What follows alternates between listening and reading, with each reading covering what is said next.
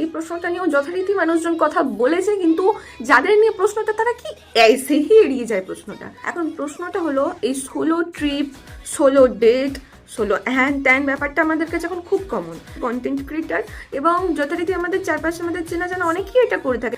I have a গভীর প্রশ্ন, এই সোলো ডেট সোলো ট্রিপের ছবিগুলোকে তুলে দেয়। ট্রাইপড আমি দেখেছি, ট্রাইপডের ছবি বোঝা যায়। ক্যামেরাম্যানের হাতে হাত দিয়ে ছবি তুলছিস, হয় তোরা কোনো একটা স্ট্রেঞ্জারকে বলছিস ছবিটা তুলে দেন, কিন্তু যদি স্ট্রেঞ্জারকে দিয়ে ছবি তোলাস তাহলে তার হাত ধরে কি ছবি তোলা যায়? মানে আমি বলছি না, কিন্তু আমি বলছিও যে এই সোলোর ক্যামেরাম্যানটাকে। আমি জানি কিছু কিছু জায়গায় যেগুলো অনেক লং ট্রিপ হয়, সেখানে যারা একা ট্রিপে যায় তারা ক্যামেরাম্যান হিসেবে তাদের ট্যুর গাইডকে ব্যবহার করে, সে ব্যাপারটা আলাদা, সেটা ঠিক আছে। এটা বলতে চাইছি যে একটা লোক কিন্তু থাকে।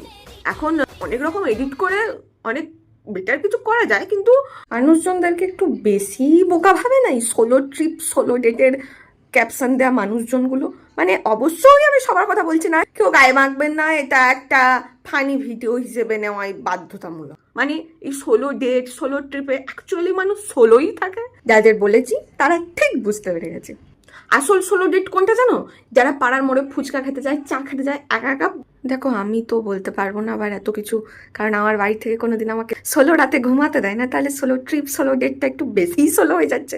আজকের মতন এইটুকুই, বাই।